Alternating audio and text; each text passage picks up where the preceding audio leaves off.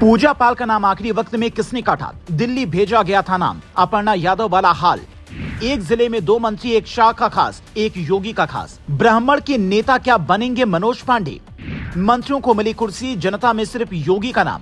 Social engineering नहीं, योगी के चेहरे पर वोट। ये है पूजा पाल, सपा की बागी विधायक। विधानसभा में रोते हुए अखिलेश यादव के बारे में बहुत कुछ कहती हैं, योगी की तारीफ करती हैं, लेकिन मंत्री की कुर्सी नहीं मिली। पूजा पाल का कहना है कि मंत्री बनने की लालच नहीं थी। हालांकि खबरों के मुताबिक उनका नाम अचानक काटा गया। अतीक अहमद के नाम पर सियासत में कभी सपा तो कभी बीजेपी का रास्ता अख्तियार करने वाली पूजा पाल क्या बीजेपी की नई अपर्णा यादव बन गई हैं? यूपी की सियासत में ऐसी चर्चा होने लगी है। हालांकि योगी ने जातिगत ढांचा साधने की कोशिश की, जिसमें ब्राह्मण से लेकर पासी समाज तक शामिल हैं। सपा के बागी मनोज पांडे रायबरेली से आती हैं। वहां दिनेश प्रताप सिंह पहले से ही एमएलसी हैं। हालांकि वो कई बार योगी के विरोध में कदम उठाती हैं, इसीलिए ब्राह्मण चेहरे के तौर पर मनोज पांडे का नाम चुना गया। रायबरेली की सियासत में मनोज पांडे की सीट इस बार फंसी थी।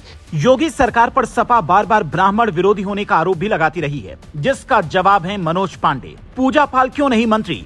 योगी की तारीफ करने वाली पूजा पाल का नाम अंतिम समय में कट गया। वजह है केशव प्रसाद मौर्य। वो पहले ही कौशाम्बी से डिप्टी सीएम हैं। सपा से बागी होने के बाद पूजा पाल के पास में अब विकल्प नहीं है। अब वो बीजेपी से बगावत भी नहीं कर सकती हैं। उनसे वादा किया गया है कि अगली सरकार बनी तो आपको कैबिनेट मंत्री बनाया जाएगा। पूजा पाल चायल सीट से आती हैं।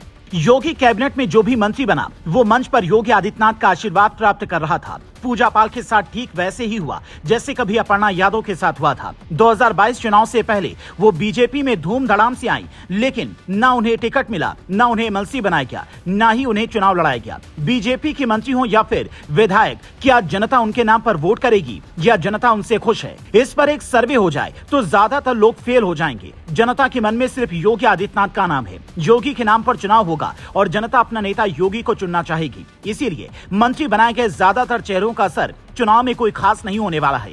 मनोज पांडे अपनी सीट बचा पाएंगे या नहीं, ये भी वक्त बताएगा। भूपेंद्र चौधरी का मंत्री बनना मतलब योगी का सिक्का चल रहा है। भूपेंद्र चौधरी योगी के खास कहे जाते हैं। योगी ने दोबारा बीजेपी अध्यक्ष बनने का प्रस्ताव भी दिल्ली भेजा था। हालांकि दिल्ली ने पंकज चौधरी को चुना, लेकिन कैबिनेट मंत्री बनाकर भूपेंद्र चौधरी को योगी ने समझा दिया कि यूपी में उनकी पकड़ मजबूत हो चुकी है। पार्टी में उनके कहने पर ही फैसला हुआ है। अखिलेश यादव पूजा पाल के मंत्री न बनाए जाने पर तंज कस रहे हैं। हालांकि बीजेपी की रणनीति हमेशा अलग होती है। पूजा पाल अभी सपा की सीट से ही विधायक हैं। अगर वो मंत्री बनती तो उनकी सीट रद्द हो जाती, इसीलिए उन्हें अपनी बारी का इंतजार करना होगा। बीजेपी के अंदर के लोग कहते हैं कि पूजा पाल का नाम दिल्ली भेजा ही नहीं गया तो कटने का सवाल ही नहीं। बीजेपी का सबसे बड़ा दांव है कृष्णा पासवान को मंत्री बनाना। पासी समाज का वोट बीजेपी अपने पाले में लाने के लिए बिहार के नेता चिराग पासवान को यूपी चुनाव में उतारने वाली है, तो कृष्णा पासवान पर जिम्मेदारी है पासी समाज का एक एक वोट भी राहुल अखिलेश को मिलने के बजाय योगी के खाते में जाए।